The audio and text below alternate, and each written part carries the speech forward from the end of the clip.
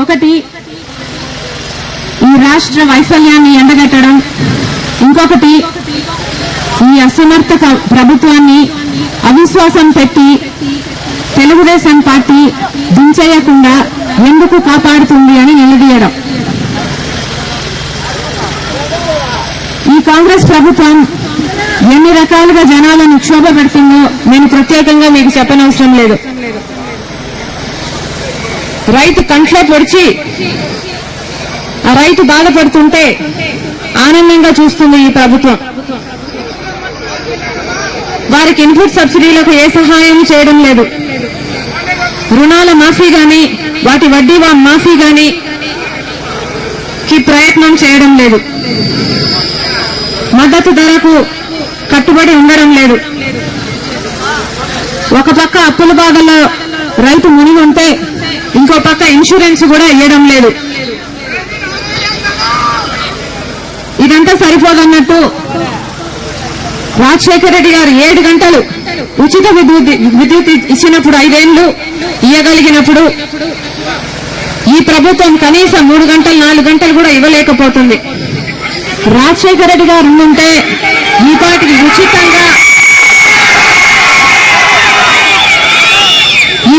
ఉచితంగా 9 గంటల కరెంట్ ఇచ్చేవాడు. కానీ ఈ ప్రభుత్వం 3-4 గంటలకే ఆపసోపాలు పడుతుంది.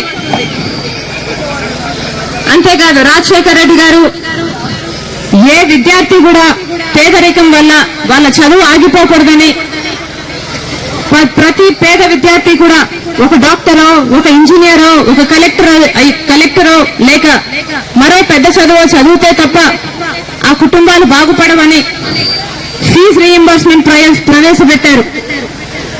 ఎవరు ఏది చదువుకుంటామంటే అది చదువుకోవడానికి ఏర్పాట్లు చేశారు.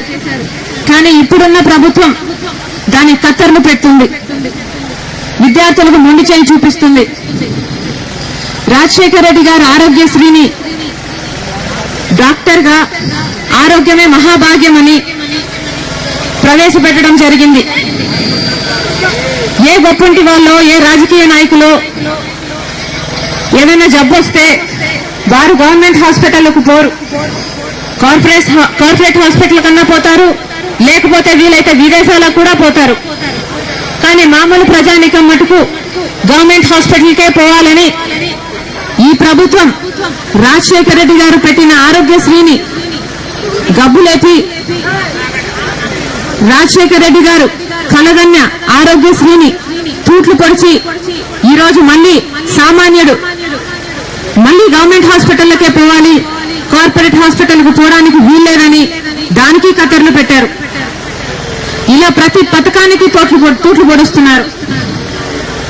ఇంత అధ్వానంగా ఈ రాష్ట్ర ప్రభుత్వం పనిచేస్తున్నా నిలదీయాల్సిన తెలుగుదేశం పార్టీ చోద్యం చూడడం తప్ప ఏమీ చేయడం లేదు. 3 ఏళ్లుగా ఏమీ చేయలేదు. ఈరోజు పాదయాత్ర అంటూ ఒక ఎల్లో డ్రామాకు తెరలేపారు. నిజంగానే చంద్రబాబు నాయుడు గారికి ఏమాత్రం చిత్తశుద్ధున్నా, ఆయనకు గాని ఆయన పార్టీకి గాని ఏమాత్రం చిత్తశుద్ధున్నా అవిశ్వాస తీర్మానం ఎందుకు పెట్టరు అని అడుగుతున్నాం.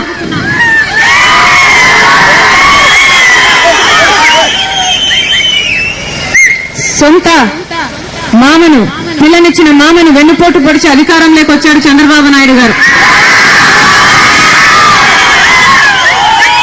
కేవలం 9 నెలల్లోనే లాగేసుకున్నాడు అధికారాన్ని. ఆ పార్టీ అధికారంలోకి రావడానికి 2 ప్రధానమైన వాగ్దానాలను తుంగలో తొక్కాడు. ఒకటి 2 రూపాయలకి కిలో బియ్యమని, ఇంకొకటి పూర్తి మద్యపాన నిషేధాన్ని. రెండిట్లో ఏ ఒక్క వాగ్దానాన్ని నిలబెట్టుకోలేకపోయాడు. ఆయన గారికి ఆ రోజు మాట నిలబెట్టుకునే అలవాట్లేదు, ఈ రోజుకి మాట నిలబెట్టుకునే అలవాట్లేదు. వ్యవసాయం దండగన్నాడు, రైతన్నను చిన్న చూపు చూశాడు, ప్రజలకు ఏది ఉచితంగా ఇవ్వకూడదన్నాడు. 8 సంవత్సరాల ఆయన పరిపాలనలో 8 సార్లు కరెంటు ఛార్జీలను పెంచి ఆ ఛార్జీలను కట్టాలని ఒత్తిడి చేశారు. అప్పటికి కరువు ఉండింది, ఎంతో మంది కరువులో బాధపడుతున్నారు. ఎంతో మంది రైతులు ఆత్మహత్యలు చేసుకుంటున్నారు, ఎంతో మంది వలసలు పోతున్నారు, తిండి లేక పని లేక. కానీ ఈరగారు మటుకు ఆ బకాయిలు కట్టాల్సిందే, లేకపోతే కేసులు పెట్టి జైళ్లలో పెట్టించారు. అప్పుడు రాజశేఖర రెడ్డి గారు నిరాహార దీక్ష చేయడం జరిగింది. ఆఖరి రోజున ఆందోళనలో కొంతమంది ప్రాణాలు కోల్పోయారు. అప్పుడు చంద్రబాబు నాయుడు గారు వెళ్లి పరామర్శించారు. ఎవరిని అనుకున్నారు?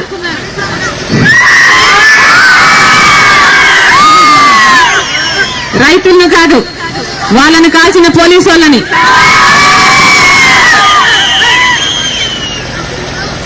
అంత గనుడు మన బాబు సార్. ఆయన హయాంలో బకాయిలు కట్టలేక, అవమానాలు తట్టుకోలేక 4,000 మంది రైతులు ఆత్మహత్య చేసుకోవడం జరిగింది. ఇదేది చిన్న విషయం కాదండి, ప్రపంచంలో ఎక్కడా జరగలేదు. 4,000 మంది రైతులు ఆత్మహత్య చేసుకున్నారు. మళ్ళీ ఈ రోజు ముసలి కన్నీరు కారుస్తున్నారు. వడ్డీ మాఫీ చేస్తానని అది ఇది అంటున్నారు. అధికారంలో ఉన్నప్పుడు వడ్డీ కానీ వారి రుణాలు కానీ మాఫీ చేయమని ఒక్క ఉత్తరం కూడా రాయలేదు చంద్రబాబు నాయుడు గారు సెంట్రల్ కు. బాబు గారు ఉద్దేశం ఒకటే, కుర్చీ. అది మామగారి దగ్గర నుంచైనా లాక్కుంటారు, సొంత మామగారి దగ్గర నుంచే లాక్కునేవాడు ఇంక ఏమైనా చేయగలడు.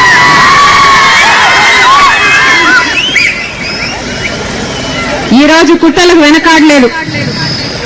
కాంగ్రెస్ తో కలిసి ఈ తెలుగుదేశం పార్టీ సిబిఐని వాడుకొని జగనన్నను అన్యాయంగా జైలు పాలు చేశారు. విచారణ అనే పేరుతో తీసుకువెళ్లి బెయిల్ కూడా రాకుండా ఈరోజు 4 గోడల మధ్య బందీ చేశారు. వాళ్ళ ఉద్దేశం ఒకటే, జగనన్న గనక బయట ఉంటే కాంగ్రెస్ పార్టీకి టీడీపీకి ఇంకా మనుగడ ఉండదని, వైఎస్ఆర్ కాంగ్రెస్ పార్టీ పూర్తిగా ఈ రాష్ట్రంలో అది తప్పితే ఇంకొకటి ఉండదని, జగనన్నకు మీరందరూ కలిసి పట్టం కడతాడని ఓర్వలేక కుట్రలు పన్నే ఈ రోజు ఇది చేయడం జరిగింది. వీళ్ళ కుమ్మకు రాజకీయాలకు 1, 2 నిదర్శనాలు కాదు, ఎన్నో ఉన్నాయి. జగనన్న మీరైతే కేసులని, ఎంక్వైరీలని జైల్లో పెడతారు. కానీ బాబు గారు మటుకు ఆయన మీద కేసులు, ఆయన మీద ఎంక్వైరీలు జరగకుండా చీకట్లోనే చిదంబరాన్ని కలిసి గొప్పగా మేనేజ్ చేసుకుంటాడు. మొన్నటికి మొన్న జగనన్నకు బెయిలుకు రాకుండా తన ఎంపీలను చిదంబరం గారి దగ్గరికి పంపించి ఈడీ చేత సాక్షి ఆస్తులను జప్తు చేయించడానికి గొప్పగా ప్రయత్నం చేసి సక్సీడ్ కూడా అయ్యారు. కానీ ఒకటి చెప్తున్నాం, ఎల్లప్పుడూ అన్యాయం గెలవదు.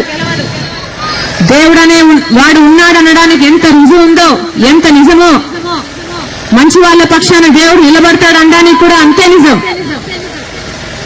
ఆ రోజు దేవుడే జగనన్నను బయటికి తీసుకొస్తాడు.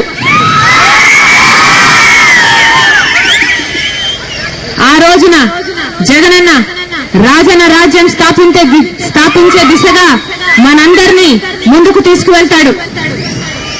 ఆ రోజు వచ్చేంత వరకు మీలో ప్రతి ఒక్కరూ ధైర్యంగా ఉండాలి. మీ ప్రాణాలు చాలా విలువైనవని జగనన్న అదే పనిగా మీకు ధైర్యం చెప్పడానికి పంపించారు. ఈ కుట్రలకు నిరసనగా నాతో పాటు మీరు కూడా బ్లాక్ బ్యాడ్జీలను పెట్టుకుని నాతో కదం తొక్కాలని, వైఎస్ఆర్ కాంగ్రెస్ పార్టీని బలపరచాలని, జగనన్నకు మీ ఆశీర్వాదాలు ఎప్పుడూ ఉండాలని మా ప్రార్థన.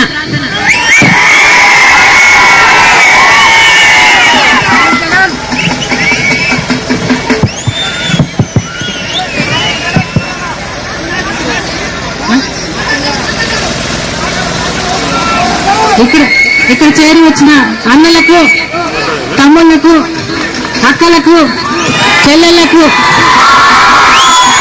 చేతులెత్తి నమస్కరిస్తున్నాను. ఇవాళ మరో ప్రజా ప్రస్థానానికి షర్మిలమ్మను ఆశీర్వదించడానికి వచ్చిన ప్రతి ఒక్కరికి కూడా నేను చేతులెత్తి నమస్కరిస్తున్నాను. ఇవాళ ఇప్పుడు పానపల్లి నుంచి వచ్చే నీళ్లు చాలా దుర్వాసన వస్తాయని చెప్పి దానికి చర్యలు తీసుకోమని చెప్పి స్లిప్ పంపించారు. ఇది చాలా రోజుల నుంచి ప్రయత్నం జరుగుతూ ఉంది. లాస్ట్ ఇయర్ మనకు CBR కి అసలు నీళ్లు రాలేదు, మెత్తదిన్న స్టోరేజ్ వరకు కూడా నీళ్లు రాలేదు. అందుకనే నీళ్లు డెడ్ స్టోరేజ్ కి వెళ్ళిపోయినాయి నీళ్లు. ఇవాళ కూడా ఈ సంవత్సరం కూడా 2 TMC నీళ్లు ఇస్తామని చెప్పినారు, మనకు 1 TMC నీళ్లు ఇచ్చారు. అందుకని తాగునీరు ఇంకా మంచి నీళ్లు రావడానికి అవకాశం లేదనుకుంటా. మరలా కూడా అనంతపురం కలెక్టర్ తోటి ప్రభుత్వం దృష్టికి తీసుకెళ్తాం. మరలా వీలైనంత వరకు, నా చేతనైనంత వరకు ప్రయత్నం చేస్తామా, తప్పకుండా చేస్తానని మీకు అందరికి కూడా మాట ఇస్తున్నాను. ఇవాళ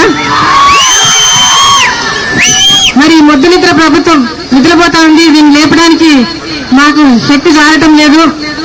మరి తొందరలో జగన్ బాబు వస్తాడు. మరి ఆ రోజు రాజశేఖర రెడ్డి గారి కన్న కళ గండికోట నుంచి పోతిరెడ్డిపాడు రెగ్యులేటర్ ద్వారా మనం పైడిపాల బ్రాంచ్ కి నీళ్లు తెచ్చుకోగలిగితే, లింగాల బ్రాంచ్ కాలువ కూడా పూర్తయ్యి మనం నీళ్లు తెచ్చుకోగలిగితే, ఆయన కన్న కళ సాగునీరు అయితేనేమి, తాగునీరు ప్రతి ఎకరాకు నీళ్లు అందించే కార్యక్రమం అయితేనేమి, అది జరగాలంటే ఇప్పుడు ఆయన ఉండగానే 90% పనులు జరిగిపోయాయి. ఆ 10% పనులు చేయడానికి 3 ఏళ్లు ప్రభుత్వానికి పట్టింది. ఇంకా పూర్తిగా మొదలే పెట్టలేదు, ఎక్కడ వేసిన బొంగలు అక్కడే ఉన్నట్టుగా ఉన్నాయి మన ప్రాజెక్ట్స్. మరలా జగన్ బాబు త్వరలో వస్తాడేమో, ప్రాజెక్ట్స్ పూర్తి అవుతాయి. కొంచెం మనం అందరం కూడా ఓపిక పట్టాల్సిన అవసరం ఉంది. మనం ఇప్పుడైతే ప్రభుత్వానికి తప్పకుండా CBR కి నీళ్లు రావడానికి మరలా నేను ప్రయత్నం చేస్తాను. మీ అందరికీ సభాముఖంగా ప్రయత్నం చేస్తాను, ప్రభుత్వం దృష్టికి తీసుకెళ్తారని మాటిస్తూ, జగన్ బాబు వచ్చిన తర్వాత మనం ఆ కళ, రాజశేఖర రెడ్డి గారి కళ నెరవేరుతుందని చెప్తూ, పాపను ఆశీర్వదించడానికి వచ్చిన ప్రతి హృదయానికి కూడా నేను చేతులెత్తి నమస్కరిస్తూ సెలవు తీసుకుంటాను.